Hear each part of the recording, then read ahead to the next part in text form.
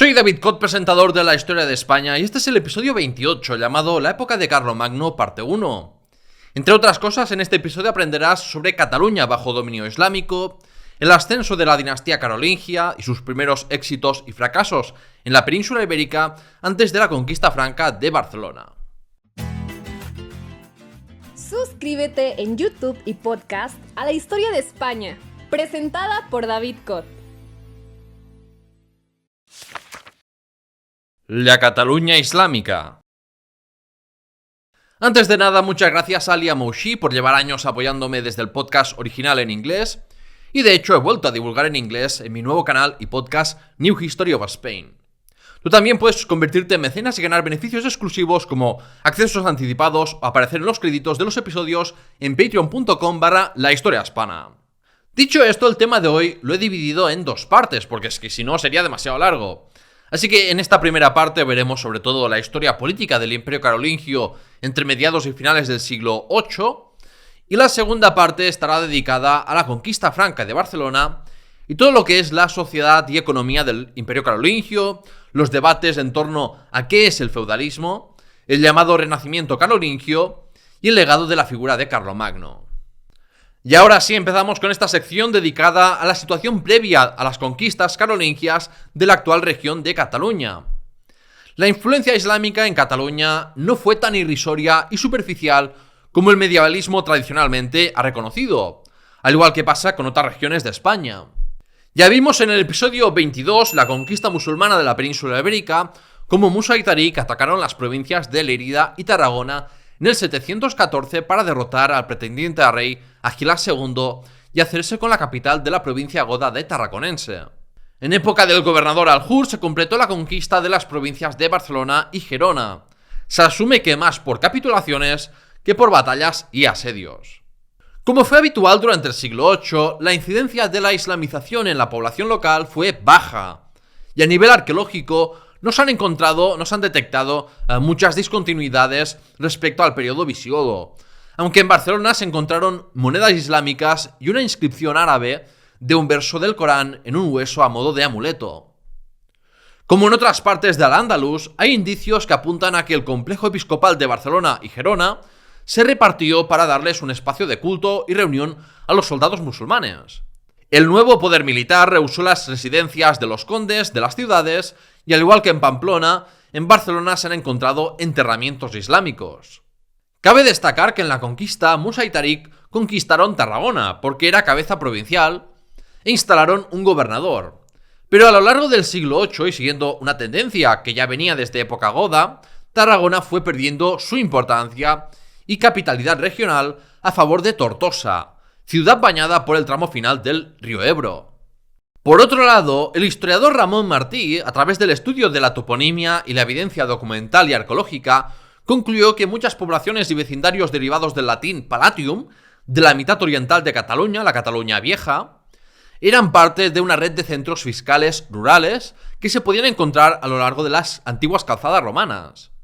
No te imagines estos palatium como palacios cortesanos, sino como fincas rurales con una función de recaudación establecidas al completarse la conquista musulmana.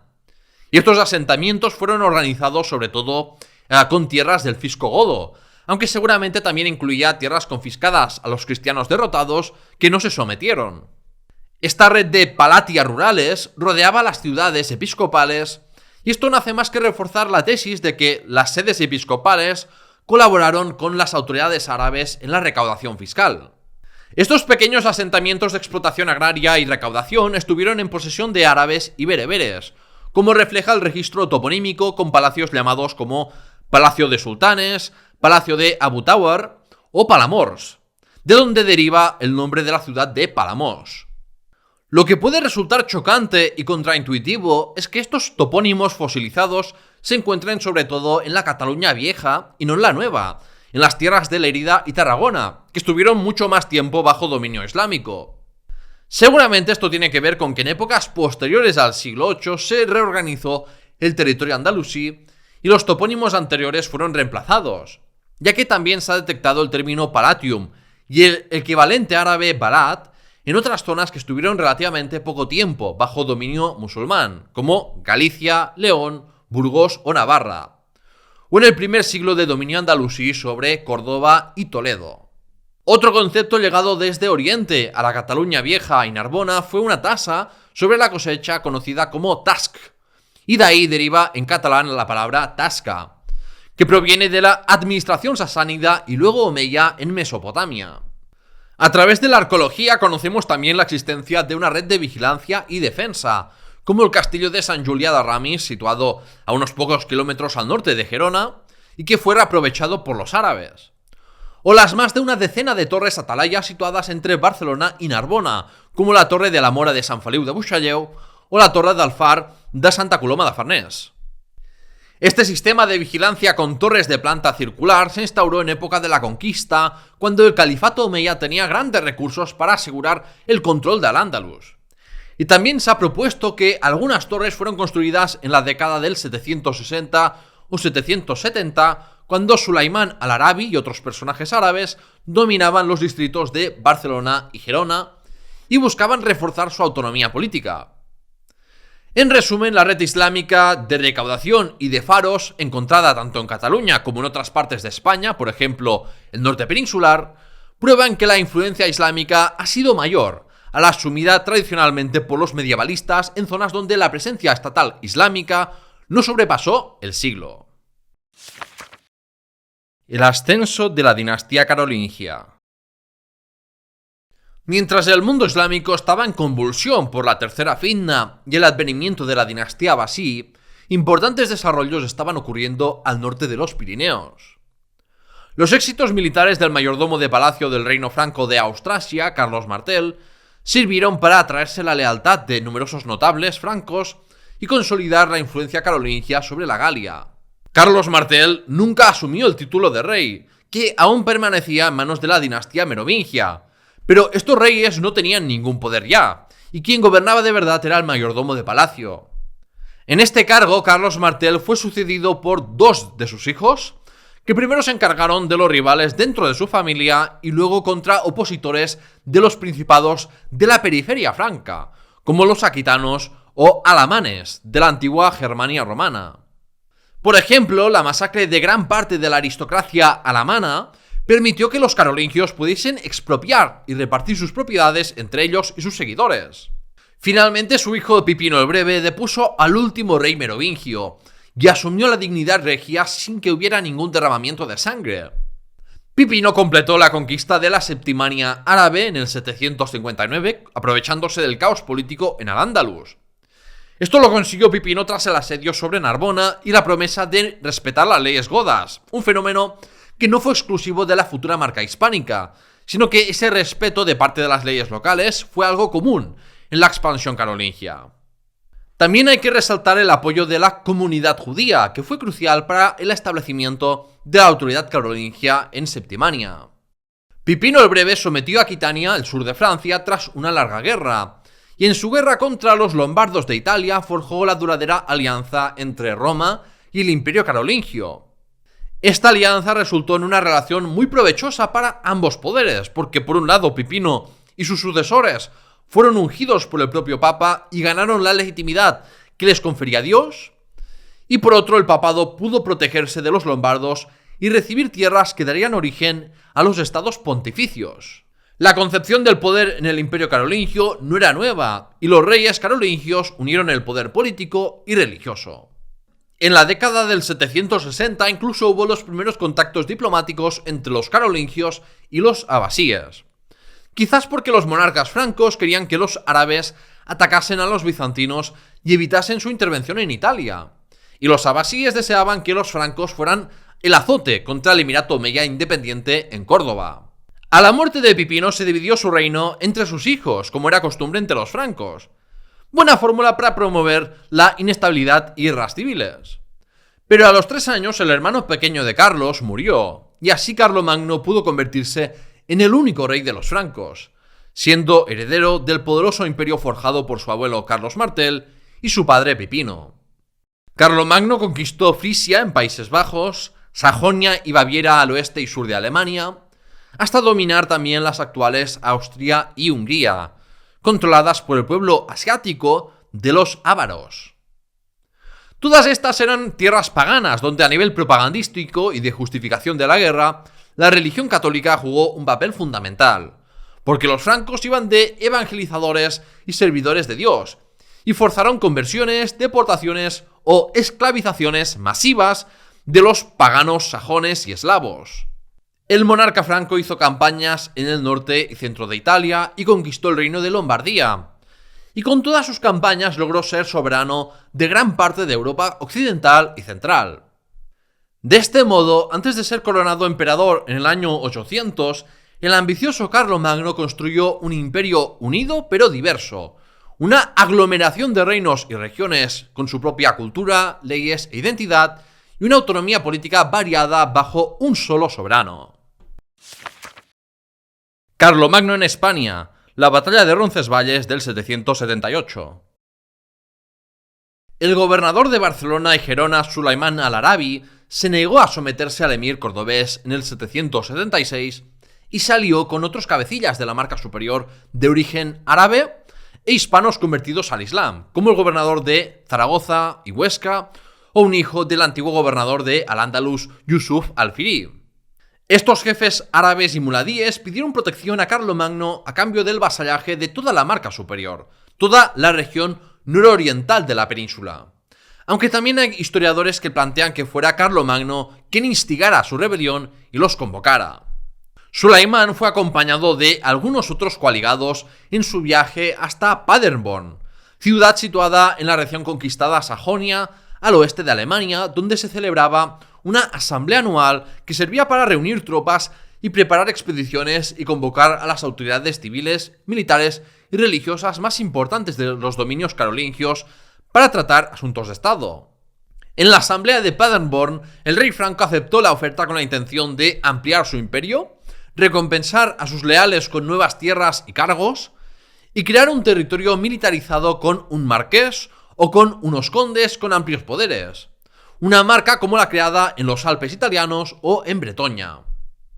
Así pues, se hicieron los preparativos para tomar posesión de la marca superior, ya fuera sobre los dominios que los gobernadores musulmanes antiomeyas prometieron entregar, o en aquellas tierras como las de Baskonia que no habían enviado emisarios ofreciendo su sumisión.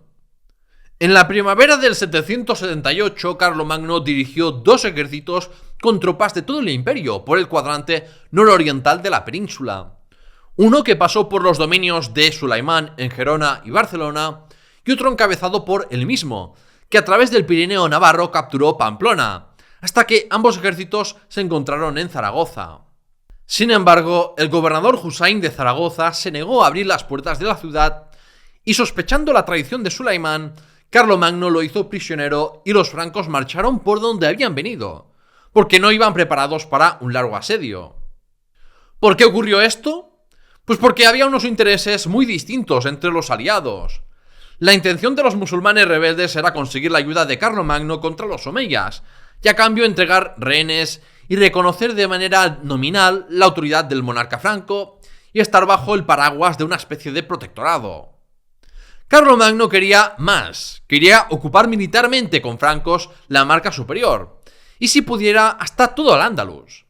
Y a la que Husayn vio las orejas al lobo, se echó para atrás. Hay que tener en cuenta que Carlomagno había conseguido recientemente la sumisión de los sajones y lombardos, así que tenía el ego muy subidito. Y como ocurriría siglos después con Carlos V, es posible que soñara con ser el rey de toda Europa y de toda la cristiandad. Después del fracaso de la toma de Zaragoza, Carlomagno vio que no podía asegurar la ocupación de Pamplona y decidió destruir sus murallas para facilitar una reocupación futura y desalentar cualquier resistencia. La destrucción de sus murallas también podría interpretarse como un castigo contra las élites vasconas favorables a los musulmanes, de modo similar a la destrucción de murallas que ya vimos con la conquista franca de Septimania. En su camino de vuelta también causaron estragos por toda Baskonia, saqueando pequeñas aldeas. Y ante esto los vascones no se quedaron de brazos cruzados, y algunos líderes de las jefaturas locales vasconas prepararon un contraataque. El ejército franco iba de vuelta a la Galia por los angostos pasos de montaña navarros, cuando de repente fueron atacados cuando anochecía el 15 de agosto del 778, a lo largo de varios kilómetros de recorrido entre el puerto de Ibañeta de Roncesvalles y Valcarlos. Los vascones les habían tendido una emboscada y habían esperado en una colina del camino donde el bosque escondía su presencia para atacar por sorpresa. Según el historiador Xavier Irujo, no solo atacaron la retaguardia como se ha repetido hasta la saciedad, sino que atacaron toda la fila del ejército desde el centro hasta la retaguardia. Primero atacaron con jabalinas y luego se lanzaron a un combate cuerpo a cuerpo, sembrando el desorden ante un ejército que no esperaba un ataque.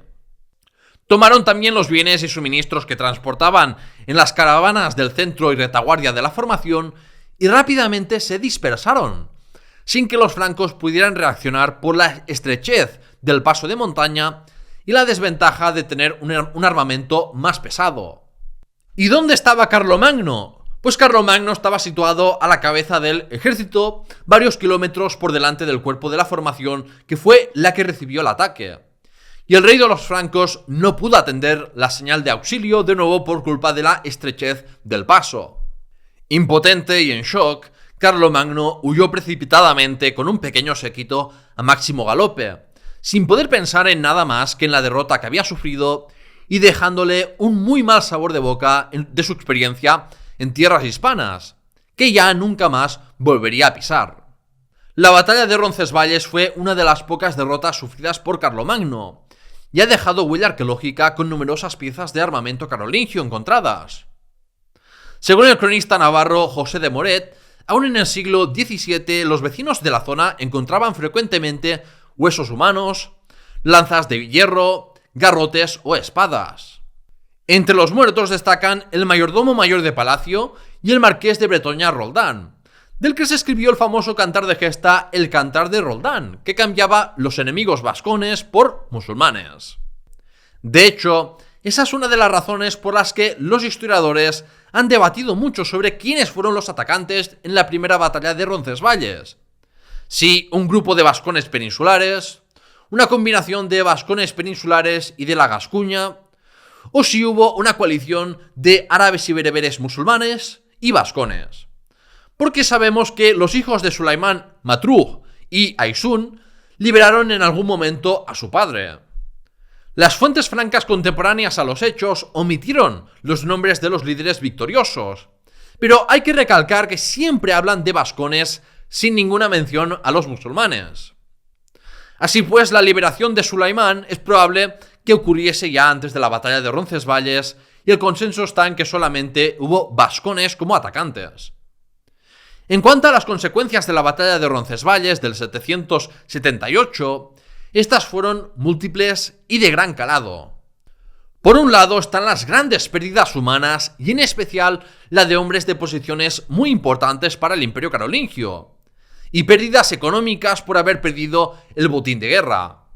Pero quizás más importante fue que esta derrota hizo que Carlomagno ya no fuera visto como imbatible y las noticias del desastre alimentaron la rebelión en Sajonia y también la inestabilidad en Lombardía y Aquitania, donde es probable que los francos perdiesen el control sobre el ducado de Vasconia.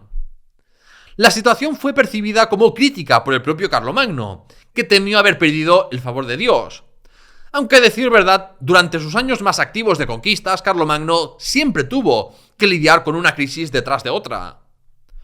Los jefes vascones involucrados en la batalla debieron de ganar muchas riquezas y prestigio al vencer al ejército de Carlomagno. Pero por lo parcas que son las fuentes es imposible saber quiénes fueron y cómo afectó esto a eventos posteriores, como por ejemplo en el surgimiento del reino de Pamplona de Íñigo Arista.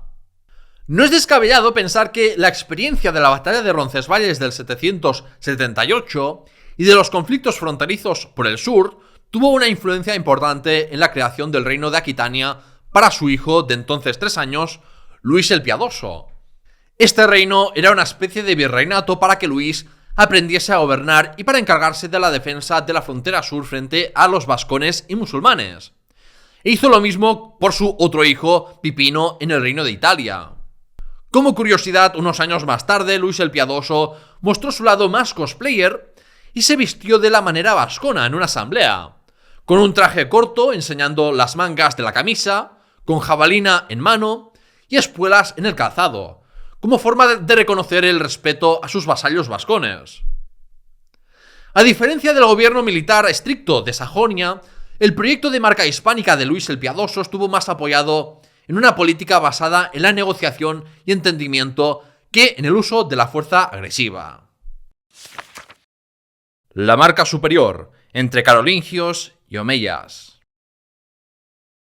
¿Pero qué es la marca superior a la que ya he hecho referencia varias veces? Pues la región de Al-Ándalus de la frontera del río Ebro, es decir, todo el territorio andalusí que abarcaba las actuales regiones de Aragón, La Rioja y Cataluña. La marca superior fue el último territorio que se resistía a someterse a la autoridad del emir omeya Abd-ar-Rahman I. Y no hay que perder de vista lo extremadamente grave que era que los más importantes señores árabes e hispanogodos convertidos al Islam de la marca superior rechazasen la autoridad de Córdoba e intentasen buscar la protección del soberano cristiano Carlomagno. En las sociedades de frontera se transgreden a veces las normas de la sociedad del centro, y es por eso que las élites, entre los omeyas al sur y los carolingios al norte, se veían presionados por escoger un bando independientemente de su religión para obtener y consolidar su poder local. Y también podían cambiar de bando y rebelarse si consideraban que era más beneficioso para sus intereses.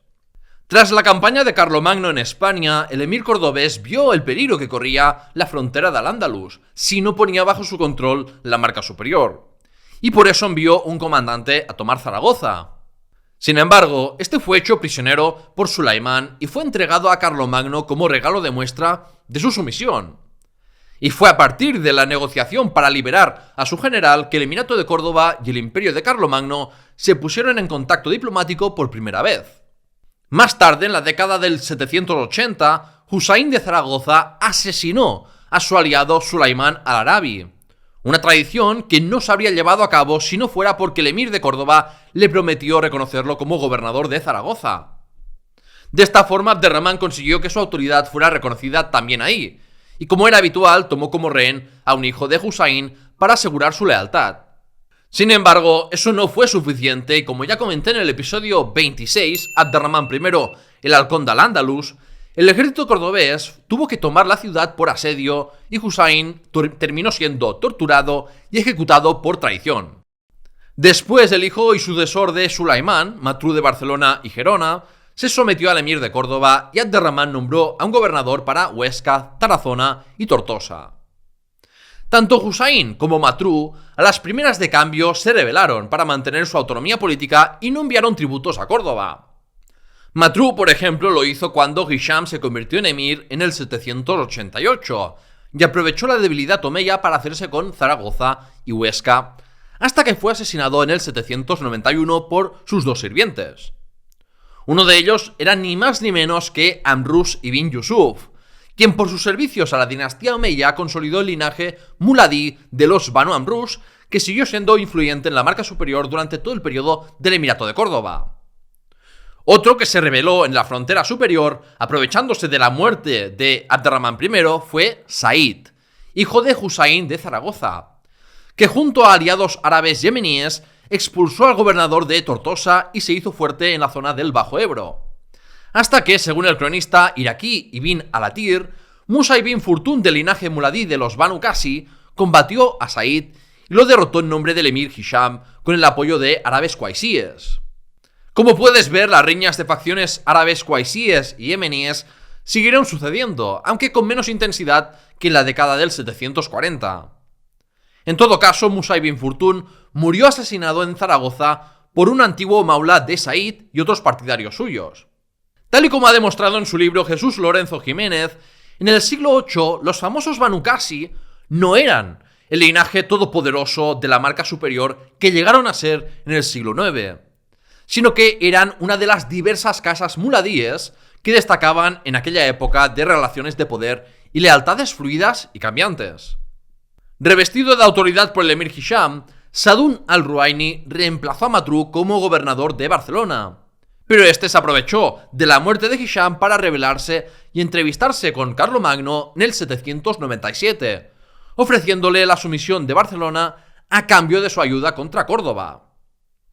Sadún no fue el único animado a cambiar su lealtad por el prestigio y expansionismo de Carlomagno, pues en el año 798 un muladí llamado Balul ibn Marzuq se rebeló con éxito contra el gobernador de Huesca, y en ese mismo año asistió a la asamblea convocada por el conde Guillermo I de Tolosa y el rey Luis el Piadoso de Aquitania para discutir los asuntos hispanos. Tanto o más grave fue que el tío del emir al-Hakam, conocido como Abdalá al-Balansi, porque más tarde recibió el dominio de Valencia, se entrevistó con Carlomagno y consiguió su apoyo contra Balul y contra Córdoba para ocupar brevemente Huesca en el año 800. Sin embargo, Balul desalojó a los francos y leales a Abdalá al-Balansi de Huesca y se apoderó de Zaragoza y Tortosa.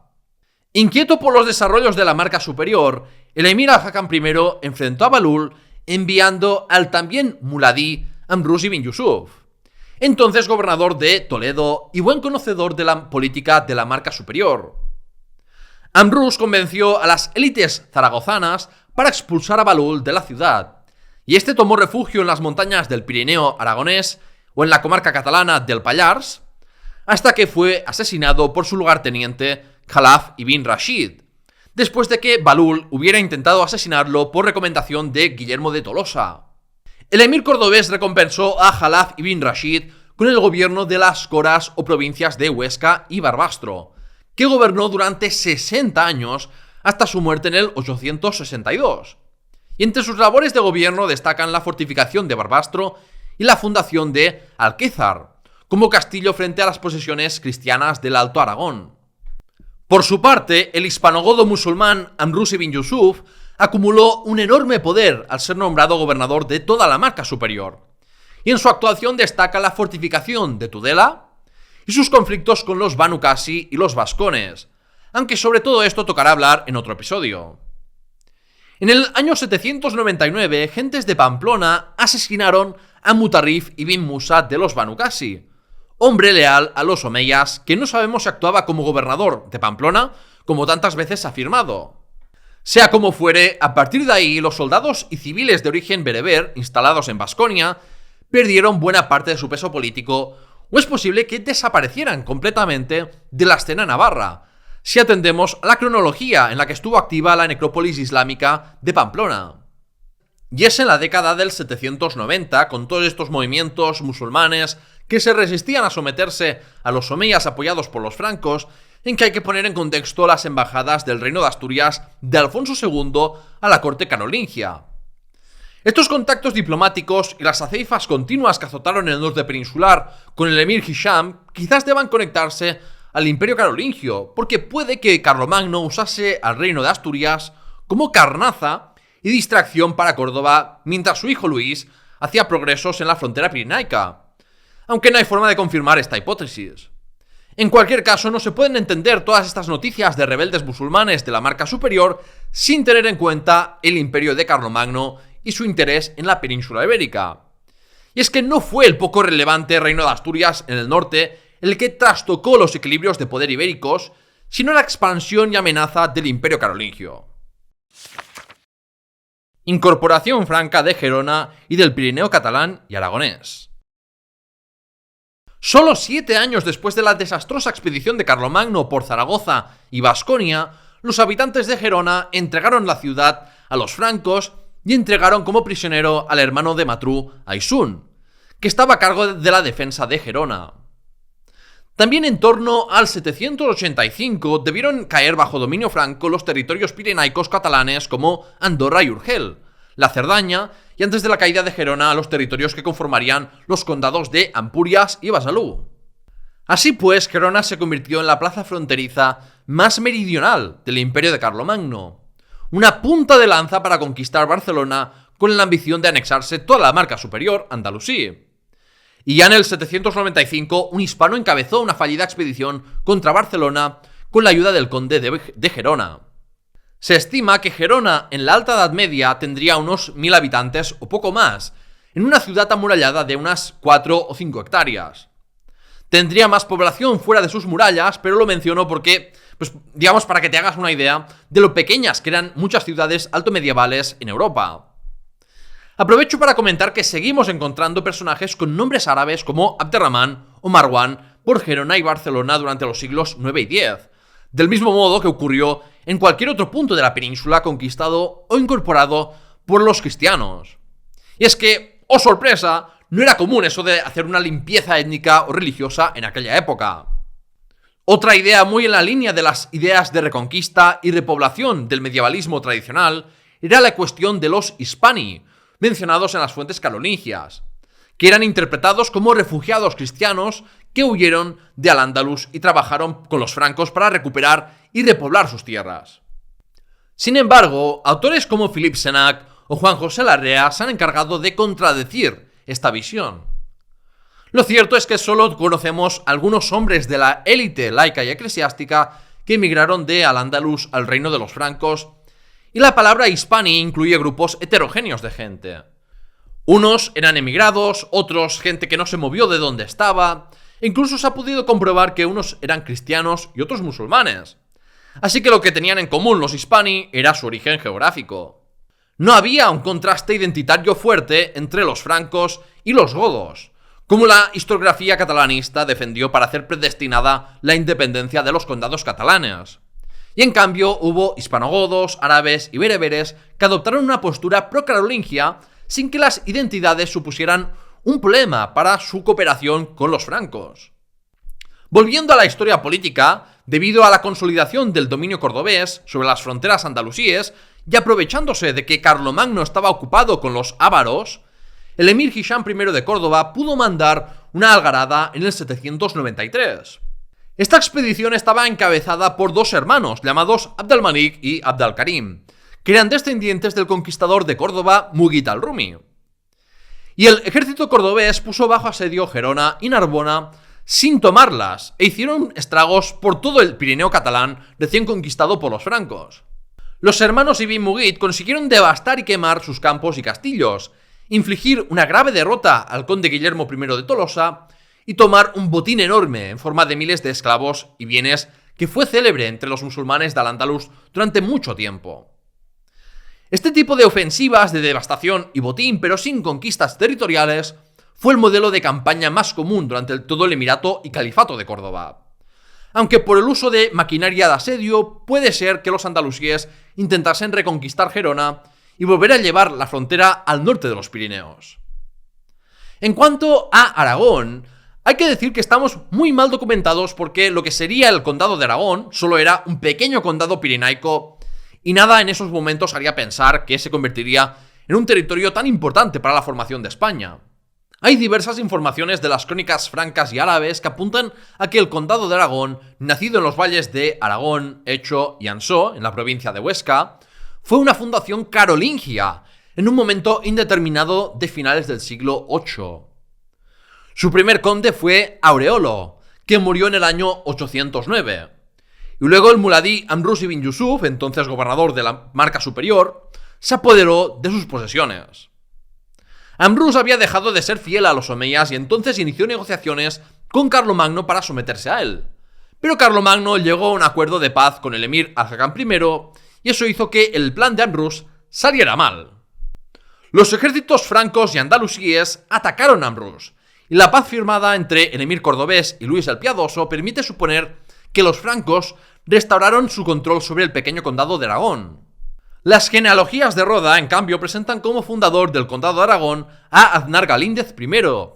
Pero tal y como estudió Philippe Sénac, incluso con Aznar Galíndez, queda claro que la autoridad condal aragonesa emanó al principio del Imperio Carolingio, hasta que en el 824 triunfó Íñigo Garista en Pamplona y el condado de Aragón quedó subordinado al naciente reino de Pamplona. El interés por borrar el origen franco del condado de Aragón fue similar a cómo los condados catalanes intentaron obviar que sus condados fueron creados por los francos y hacerlos de creación local para reafirmar su autonomía política. Antes de la conquista de Barcelona, el conde Guillermo de Tolosa incorporó en calidad de pagus a su condado tolosano el Pallars y Ribagorza, los valles de las montañas situadas en las provincias de Huesca y Lérida, entre el Pirineo catalán y aragonés. Como en el caso del condado de Aragón, estos pagus, que eran la unidad territorial básica del Imperio Carolingio, y los futuros condados pirenaicos se caracterizaron por tener muy poca población y por estar organizados en pequeñas aldeas donde el pastoreo y la explotación ganadera pues eran más importantes que el cultivo agrícola por la abrupta orografía. El dominio carolingio fue bastante débil en la zona pirenaica. Eran zonas marginales con malas comunicaciones y por tanto apoyaron su soberanía en gran medida en las élites locales y en la red de monasterios benedictinos que promocionaron en sustitución gradual de las reglas monásticas de tradición hispánica. Y para cerrar esta sección quiero hablar de la influencia carolingia en el archipiélago balear, porque la guerra no solo se libró por tierra. Con la caída del califato omeya, los ataques marítimos oficiales contra las costas cristianas del Mediterráneo terminaron, pero a partir de finales del siglo VIII fueron emergiendo ataques piratas por iniciativas al margen del poder central cordobés, y respaldadas por autoridades locales, como las de Tortosa, por ejemplo. Hay que entender que durante el periodo emiral, la guerra y las incursiones muchas veces las financiaban las autoridades provinciales, y es por esa misma descentralización que con tanta frecuencia gobernadores de las provincias se convertían en desleales. Las crónicas francas mencionan un ataque pirata contra las Islas Baleares en el 798, y los pocos miles de habitantes de las Baleares de esos momentos no se quedaron parados sin dar respuesta. Hay que recordar que las Islas Baleares no fueron conquistadas por los musulmanes hasta principios del siglo X, así que era un territorio sin estado, controlado por unas élites locales que pidieron ayuda a los francos para parar estos ataques marítimos. Sabemos que el conde Armangué de Ampurias atacó a los piratas andalusíes en Baleares en su retorno al Andalus, tras haber atacado las costas italianas y les arrebató 8 naves con más de 500 esclavos cristianos. Pero a partir de ahí ya no hay noticias de Baleares hasta el ataque de Abderramán II en el 848. De este modo los carolingios garantizaron su seguridad y sin llegar a ser nunca parte del Imperio Carolingio, las Baleares entraron durante unos años dentro del área de influencia franca. La querella adopcionista. Ya hablé de Beato de Liébana en el episodio anterior, el episodio 27, El reino de Asturias, de Alfonso I a Bermudo, y si bien ya hablé de su muy difundido comentario al Apocalipsis, hoy toca hablar de la otra cosa por la que se hizo famoso. Estoy hablando de la querella adopcionista, que podría calificar como la batalla de gallos más bestia del siglo VIII y la batalla teológica más importante del momento, junto a la de la iconoclasia bizantina. Pero, ¿qué era el adopcionismo y en qué se diferencia de la doctrina oficial católica?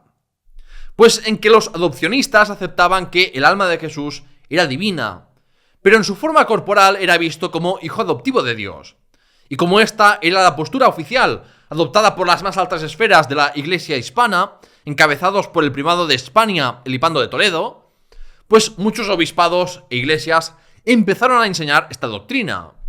Realmente, como han indicado especialistas como Amancio Isla, no es cierto que la postura de Elipando estuviera influida por el Islam, sino que ya había teólogos hispanos en época goda que defendían posturas similares frente a las posiciones monofisitas populares en el Imperio bizantino.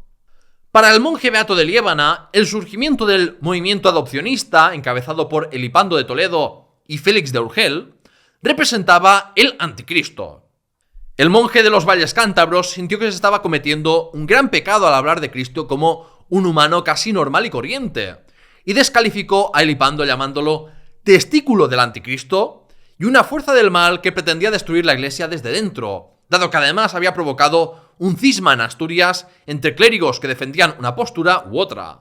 No solo hubo insultos, sino que Beato usó argumentos teológicos apoyados en la Biblia para calificar de anticristo a todo adopcionista. Elipando no podía creer que un monje don nadie de la remota Liébana tuviera la audacia de enseñarle teología al mismísimo arzobispo de Toledo, y contraatacó calificándolo como discípulo del anticristo que se iba de putas y hasta abusaba sexualmente de los animales. Como respuesta, Beato escribió junto a Eterio de Osma su demoledor apologético contra Elipando, y elevó el alcance de su particular guerra doctrinal entre David y Goliat hasta llegar a ser debatido por toda Europa occidental. Al final, David no era tan insignificante como el primado de España creía, porque su posición fue vista como la ortodoxa y contó con el apoyo del Papa de Roma y varios obispos y teólogos ligados a la corte carolingia. El reino de Asturias empezó a ganar visibilidad internacional como bastión de la ortodoxia cristiana y luchador frente a los árabes. Y no es difícil suponer que el rey Alfonso II de Asturias apoyase las ideas de Beato para mostrar su alineamiento con las posiciones de la gran potencia de la Europa cristiana, el Imperio Carolingio. Al haber incorporado el Imperio Carolingio, Urgel y otros territorios hispanos, la querella adopcionista era un asunto de Estado para Carlomagno y un pretexto perfecto para las ambiciones imperialistas francas. Los monarcas carolingios podían respetar las leyes tradicionales de cada región antes de haber sido conquistada, pero la ley de Dios era universal, y la protección de la ortodoxia trinitaria era uno de los elementos de legitimación y cohesión del Imperio Carolingio más importantes. El anglosajón Alcuino de York, Paulino de Aquilea o el hispanogodo Teodulfo de Orleans escribieron también contra el adopcionismo, y en parte eso provocó el juicio contra el obispo Félix de Urgel y que fuera forzado a renunciar a los principios adopcionistas. Concilios eclesiásticos en Roma, Frankfurt y otras partes de Europa condenaron a lo largo de la década del 780 y 790 el adopcionismo de forma unánime.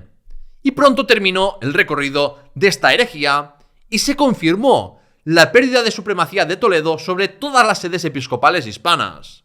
Entre las consecuencias de la querella adopcionista estuvo la afirmación del poder carolingio en sus posesiones hispanas, una purga en el clero hispano sustituido parcialmente por francos, al menos en las posiciones más importantes, la transferencia de libros guardados en monasterios hispanos a la Galia, la reorganización del arzobispado de Narbona y la fundación y desarrollo de monasterios siguiendo la regla benedictina.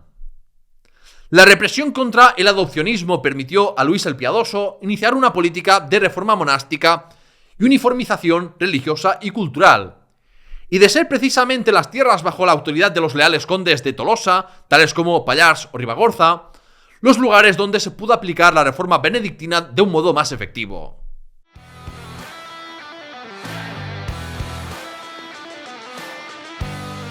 ¡El veredicto!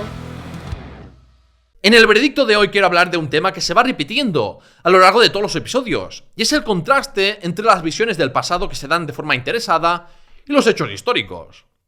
En época medieval y hasta tiempos recientes, ha habido omisiones de verdades incómodas sobre los orígenes de las entidades políticas peninsulares o de la influencia de potencias extranjeras en España.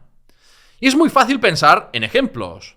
Borrar o minimizar la influencia islámica en el norte peninsular o en Cataluña, obviar el papel decisivo de los cabecillas musulmanes en la expansión carolingia en tierras hispanas, o omitir el origen carolingio del condado de Aragón o incluso de los condados catalanes, que eso ya es de traca. Con esa memoria selectiva, eligiendo qué inventarse o exagerar y qué minimizar o eliminar, se construyen relatos. Y solo hace falta ver los comentarios de muchos en redes sociales para ver la influencia duradera de estas visiones interesadas. Por eso es tan importante ser activo y combativo contra los relatos y divulgar al gran público el trabajo de los historiadores, arqueólogos y otros profesionales. Y con eso, el veredicto termina. Antes de que te vayas, por favor, acuérdate de suscribirte a La Historia de España, Memorias Hispánicas, en YouTube y sus 2 podcasts. Dale a me gusta y a la campanita de notificaciones para no perderte nada. Y si te gusta este programa y quieres que siga haciendo nuevos episodios, considera informarte de todos los beneficios de convertirte en mecenas a través de YouTube, Spotify o Patreon en patreon.com/lahistoriahispana. Acuérdate que puedes seguir el programa también en redes sociales y puedes consultar la página web lahistoriahispana.com para ver los guiones y fuentes de los episodios, hacer una donación o comprar camisetas, tazas o cojines de la tienda. En el siguiente episodio hablaré de la continuación de la expansión franca por la península ibérica y de la sociedad, economía y cultura del Imperio Carolingio. Sígueme para no perdértelo y ¡hasta la próxima!